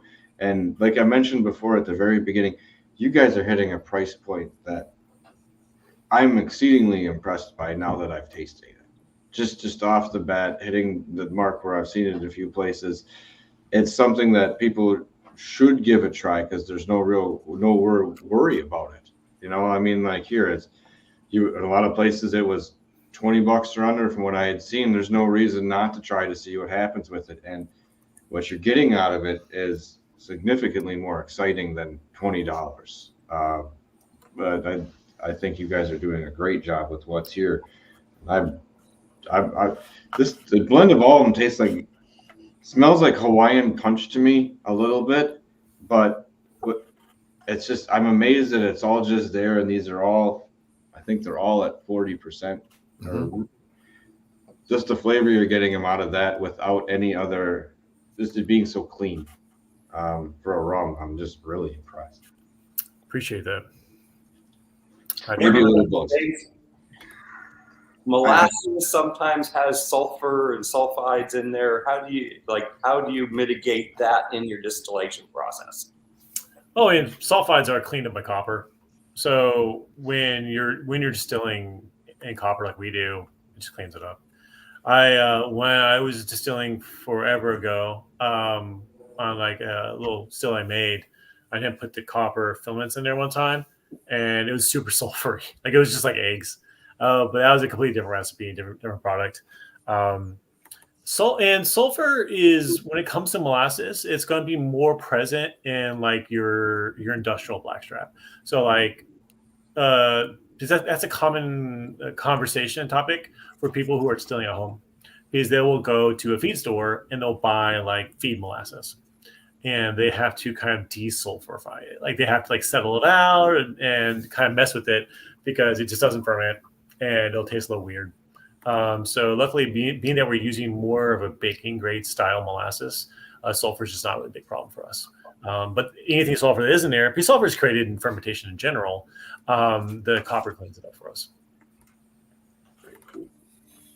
So it happens in with wine and brandies as well, that you get that sulfur note. You get the brandy? Yeah. Yeah. There's a couple of them I've had that have had a unique note like that.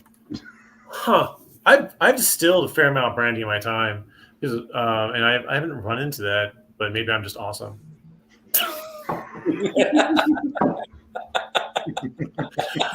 I just got lucky. I don't know. Maybe I can't smell sulfur. Maybe I just smell sulfur all the time. I just don't know it. Yeah, sulfur could present itself as like that. There's a couple of strange notes. It's not just rotten eggs. It could also be like a burnt match type of note. Yeah, because that's sulfur as well. So I was so close to taking a special feat in D&D, but the side effect was my character was going to breathe sulfurous like gas when you smell it.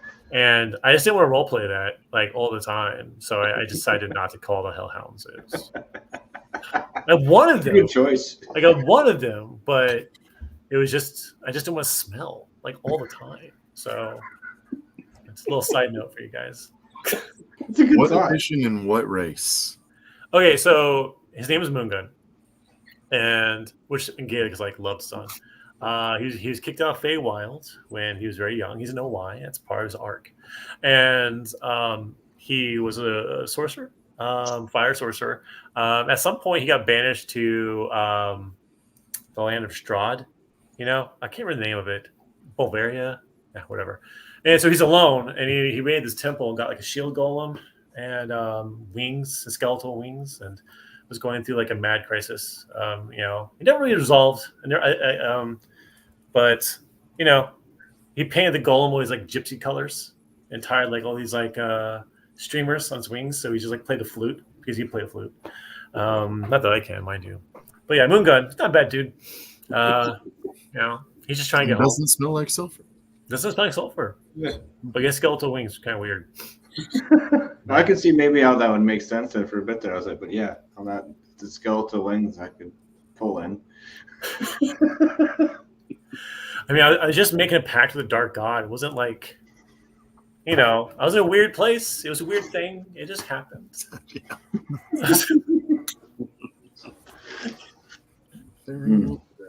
Oh. Okay, so totally off topic, obviously. I was I do a one shot where we had to transport the slug, and so I made a warlock that had a bad trip where he met a galactic slug, and so that was his patron saint was a galactic slug. So he was the first warlock that wore tie dye shirts and tunics and stuff, which is not very warlocky usually. I never got to play it. I wrote the whole backstory. Some of those are the best characters, the ones you never got to like bring out. His patron was a hypnotic toad, right? Hypnotic toad. Oh, so close. Hypno toad, just you know. Right. So that's a callback to what? Freaking Cartoon Network from a long time ago or whatever. Futurama. The Hypno Toad, yeah. I had another character. His name was Eli, and no one loved him. He had a gimp leg, and except for a prostitute in town.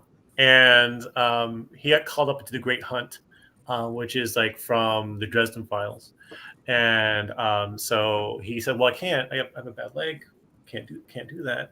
Well, hey, we'll kill your fiance because, of course, he's engaged to a prostitute." And so they ended up making him a warlock. And he has a hard problem because now he's powerful. Now he's got a functional leg, and he's going through this whole journey where he doesn't like know how to talk to people because he's been like outcast his entire life. But he's starting to like enjoy the power of being a warlock.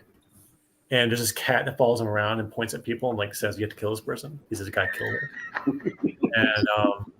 and he's like having issues with that because at some point he meets someone he has to kill, but they saved like his friend.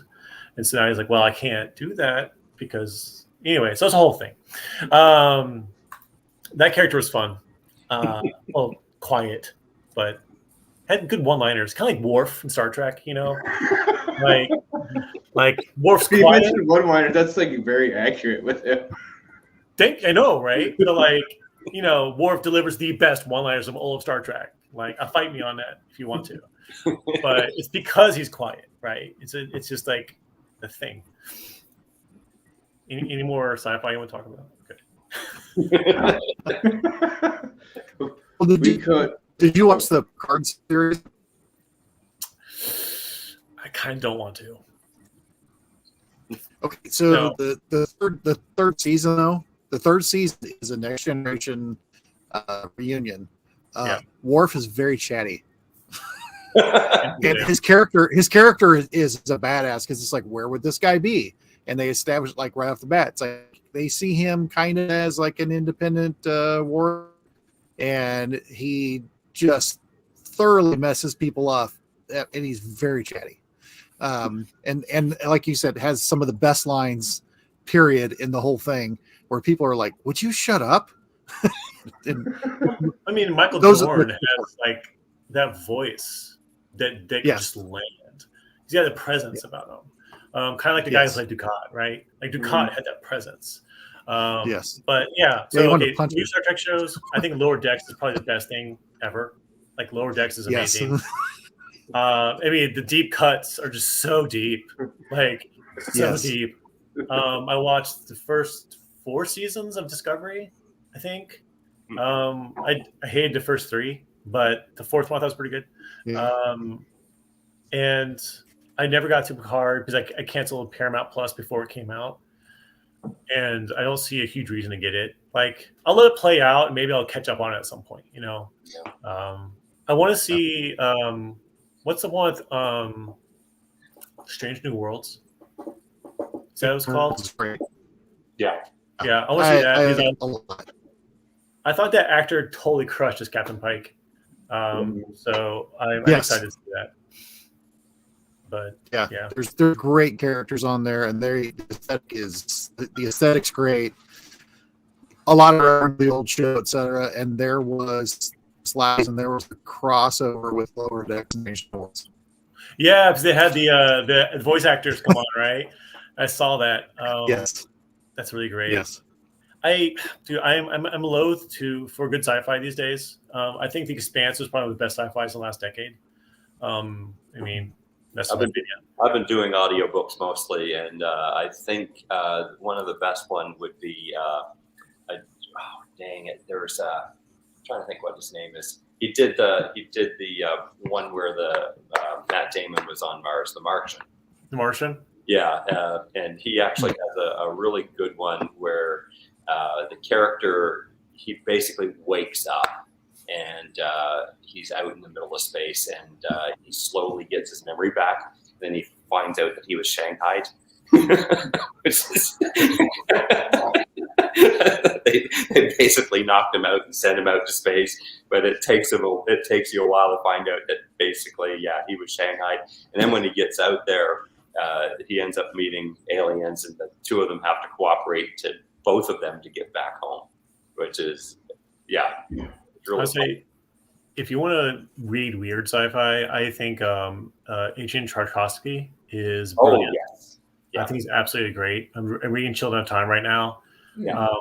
But I've also read like his there's one like Dogs of War. It almost made me cry, honestly. And he has a couple other stuff. He just writes like he's a British author, and when he writes stuff, it's so out there. Like he writes really out there stuff. I did a Children of Time podcast with Andrew Heaton, and on alienating the audience, and that was a fun little diversion. Time's good so far. I mean, I'm only halfway through it. I'm enjoying it so far.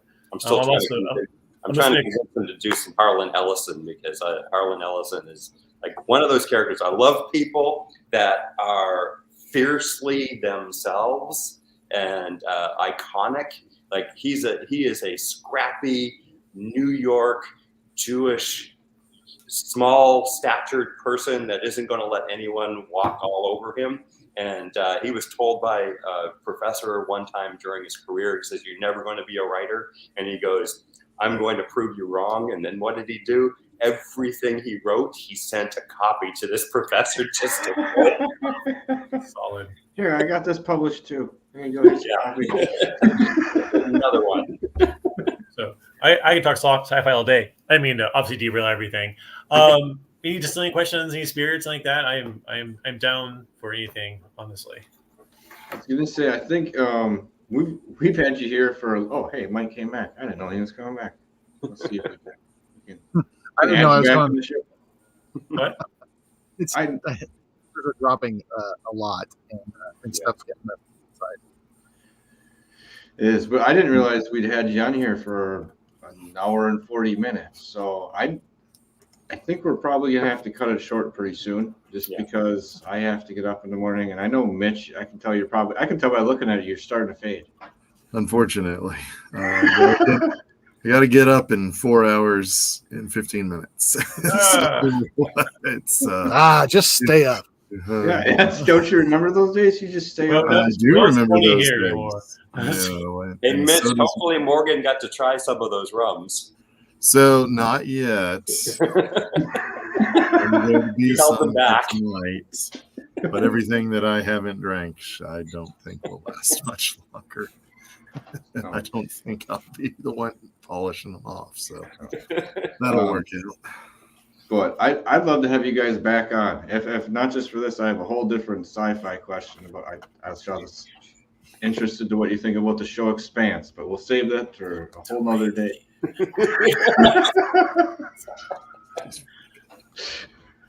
But yeah, I'd love to have you guys back. Huh? There's so much story they didn't do. Anyway. Oh, yes, that's true. It's fine. No, that's true. That's 100%. Well, that's one of those things where I was like, some of the things my wife and I watched were like, it's getting the whole season in. Like, for fuck's sake, start unraveling something. You know, you're pulling me on. I'm on the 8-1. Start to explain something. Otherwise, I don't care. I know we're gonna go. Don't watch Wheel of Time.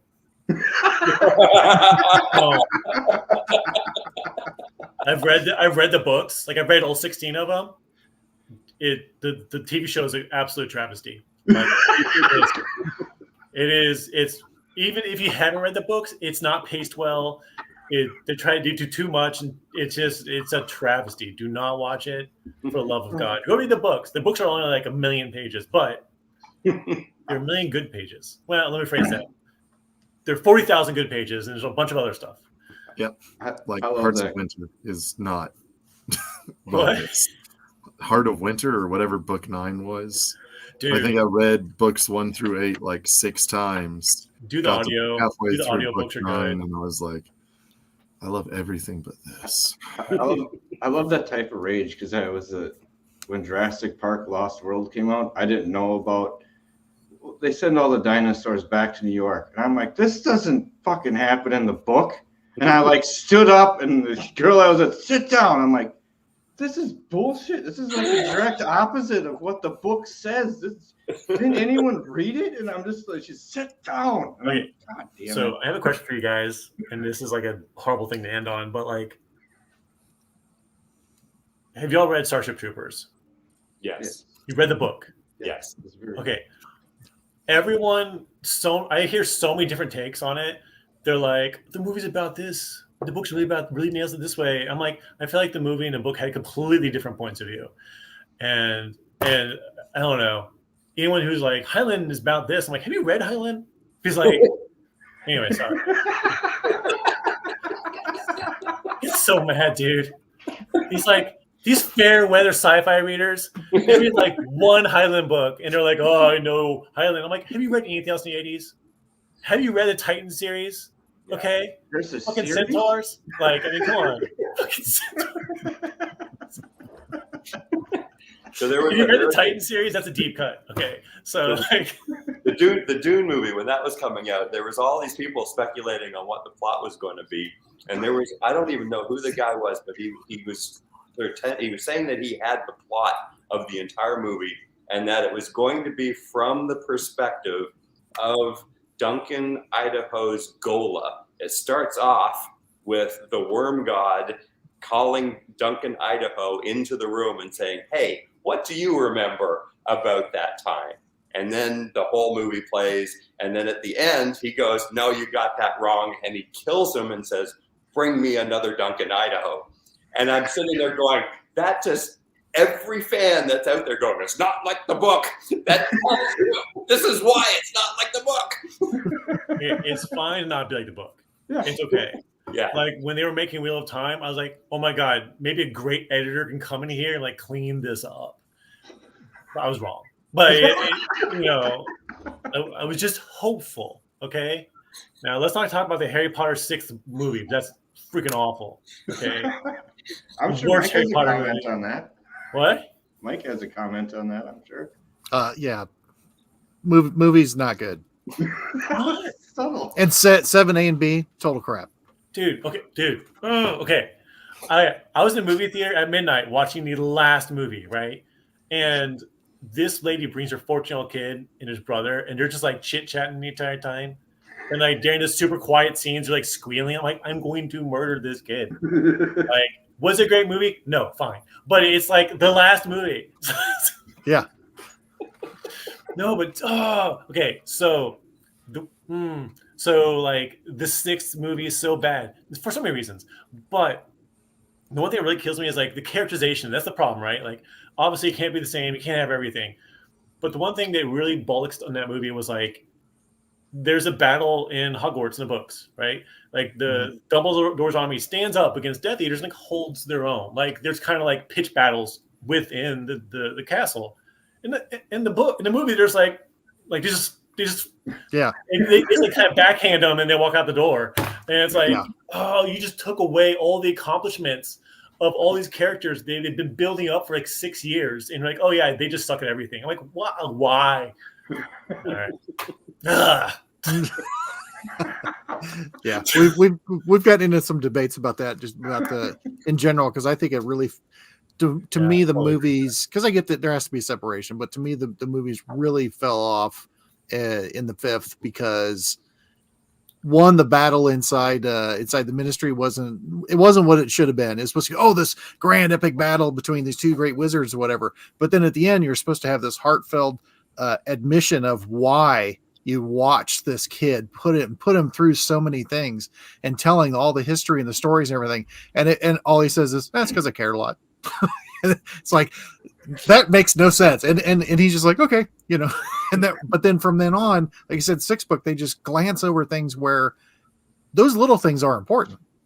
Yeah. They're very important to the entire story.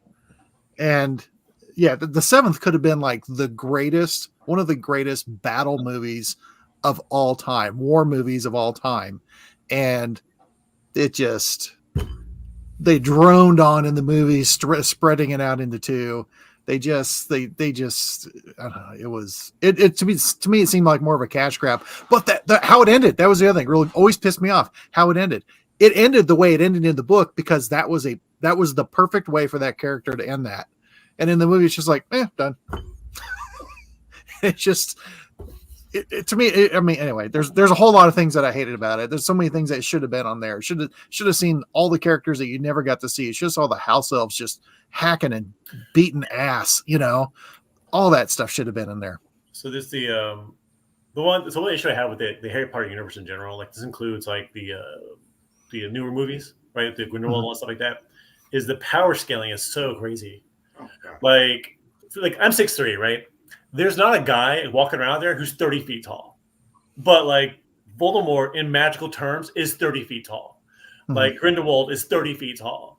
Like you have some people like Seamus, right? And I think Seamus, the reason I think he can't use magic is because of his Irish accent. But can't get the spell off. He can't land it. He can't land it, right? He can't go Wingardium Leviosa. He's like Wingardium just kills it and then he just can't, right? It just blows up. But like that's my theory at least. Anyway, so you have these people who are ungodly powerful. Not just like, hey, like I'm good, I'm better than you, but I can throw the football like another 5 yards. It's like, no, I can throw the football to like a different state. Yeah. Like in the Grindelwald movies, right? There's a scene literally Grindelwald is standing there in the middle of the stadium, giving a finger to all the popos, right? He's telling them, hey, come at me, and he just kills them all. He just blows like 30 orders who are trained to fight Death Eaters or whatever, evil wizards. I'm like, okay, come on. Like there's no point to anything anymore. Like, okay, it was badass in the movie, I'm not gonna lie, but like Voldemort walks up and like blows away the shield, like around Hogwarts. Like he's just like, all right, step aside, and just like, pop. And I'm like, okay, that was really cool looking, but this dude just defeated like 3,000-year-old enchantments supported by like 1,000,000 wizards, like whatever, 100 wizards. Like, I'm sorry, dude. Like, mad props. The scaling is so bad. Like, it doesn't add up. It just doesn't work. That being said, a neat detail, right? And what's the one with the werewolf? The third one, Prisoner of Azkaban, right? So when Harry jumps into the Screeching Shack and casts his disarming spell on Snape, he blows him through a wall because he's so juiced, right? Like he's such a like blah, you know, like just, I don't know. Regardless, couldn't have been better. I grew up reading the books, right? They're coming out as I was, you know, like I think the last book came out while I was in college, so it was like I kind of grew up with it.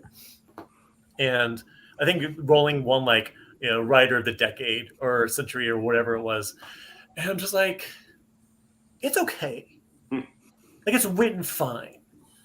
Is it the best writing of a decade? I don't think so. You know, like it's a lot of books in a decade. What? There's a lot of books in a decade. There's a lot of books. I'm just saying, how do you get from A to B? Like you're judging that as like, well, but yeah, I get what you mean. I agree with that. Not the best. And I'll let this go for the next time. But if you're this upset about this, I want to hear how you feel about the whole Star Wars issue of bringing back the Death Star for the third time. At a certain point. Worst. Okay. Mitch, you can go, Mitch. You can go to sleep. Okay. Worst scene in sci-fi, hands down. I'm talking. I think Brazil has better scenes than this. Okay, like the original TX-13, whatever, that has better scenes than this. Okay, the scene where Leia is this is the second movie, the second reboot. Last Jedi, is that the second one? The one where they're like doing a slow space chase. Oh, I think so. Yeah. Anyway, so Leia she's on the bridge, right? And she's like, I'm being General Leia. How are you a general of a rebel force? Okay, whatever. Anyway, so you're practically in service. Like a queen. It's like me starting an army, going General, see the stars. Anyway, so. Anyways, so they're in the bridge. I don't have to call it a bridge, whatever, Star Trek, fine. It's a bridge. And she's like up there, I got a plan. And Poe's like, hey, could you tell me the plan? Like, I'm your best pilot, I'm the main character. Could you tell me the plan? And she's like, no, because you're a man. And I'm like, that doesn't seem good. But I'm like, this is a rebel force. Like, these people are volunteers. Like, you probably should, like, try to keep them on your side. And they look at each other. Oh, I hear the famous warrior, right? The hero of whatever battle is coming. Oh, great. They're an amazing pilot. I can't wait to see them. They're going to help us out. And then in walks in the purple-haired lady, right? She walks in. And Poe looks at maybe Finn and goes like, can you believe it's a girl? It's like, I'm like, bro, your co-pilot's a fish. Like, do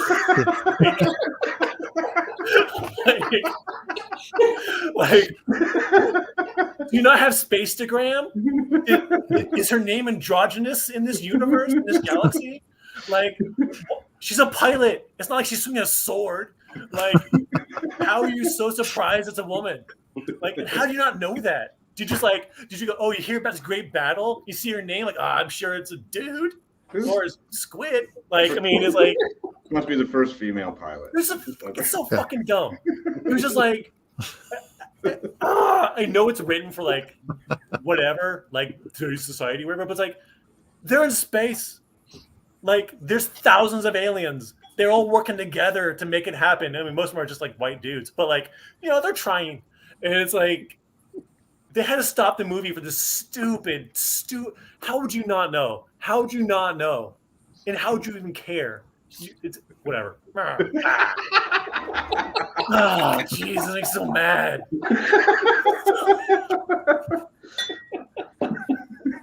It's like my Star Trek was Voyager, okay? Because it was women doing science. Like they were just Janeway was doing science. B'Elanna Torres is running engineering. 7 of 9 doing science in a very nice outfit, but they're doing science, right? They're science people. They didn't go, I'm a woman doing science, and the guys are like, you're great. It was just like they were doing stuff. God. I hate the new Star Wars. All right. Let Mitch go, and that was fantastic. Tell us how you really feel. My rant is different than that on that one. So that's what I love to hear is everyone's like, I hate it because of this. Oh yeah, I'm not gonna lie though. I like that. okay. I like that they failed. I do. Yeah. I like the concept that you don't always win. So like we had this mission, we're gonna go off and do stuff, and they fail. I'm like, yeah. I kind of like the concept of that. I like the concept in that particular movie of like the Jedi and the Sith are not good or evil. They're just essentially religions fighting each other, and everyone else is caught in the middle. Like I think that's a fantastic idea that they totally did away with in the next movie. But I like the idea. Like I think it's a great idea. Like you just have essentially like super powerful people who are like, yeah, we're good. No, they're bad. No, they're bad. We're good. We're the good guys. Yeah, like It's been done really, really well as a James movie. who did the genocide? The Jedi. Okay. Did the Sith genocide the Jedi? Only in response? I'm just saying. One Sith was left. He came back. It was like, Who hey, struck first? You know, who hey, did you the sneak genocided attack? us. You did to us. I'm just coming back at you, okay? And if one Sith can cloud the entire Jedi Council's ability to see the future, how good can Jedi really be? Okay? That's motivation. If one Sith can stop the Jedi from losing all their political power, that's what we're talking about here. Because Yoda was like, hey, don't tell the senators who can't see the future because there's a Sith about.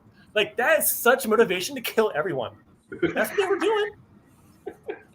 Jedi. Full of shit.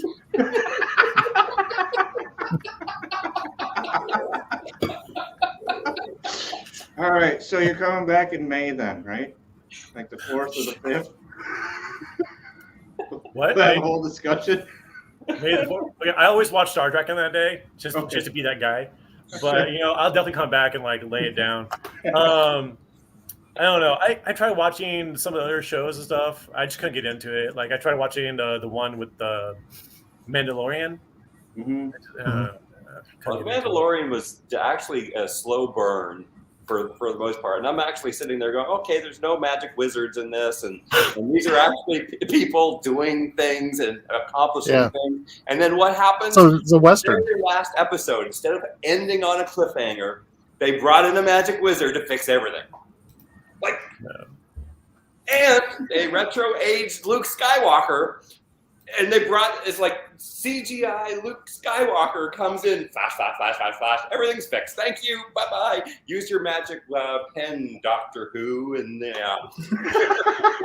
Oh, Doctor Who. Okay. Oh. We're going down a wormhole. I'm a David Tennant guy. All right, so David Tennant by far is the best Doctor Who, but Matthew Smith had the best writing. So what do you do? Okay, what do you do? I mean, the backwards love story, amazing. All right, I'll let you guys go. No,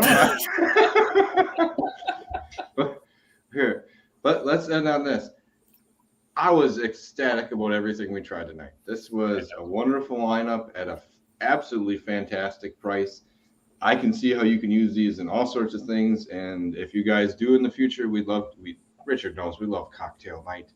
There's a way we can play with some of this. We can find something really neat to go with some of these, besides just the hot chocolate and orange rum, which was delicious. Like you said, it was chocolate covered oranges. It was beautiful. So, but yeah, you guys had a fantastic lineup here, and we love people that have a whole lineup that comes up that's good. There's a lot of people that have one product, two products. That's nice. This was nice the whole way around, and rum is something that we've been delving into because the way I look at it, it's kind of one of the lost spirits right now. It was huge in the past.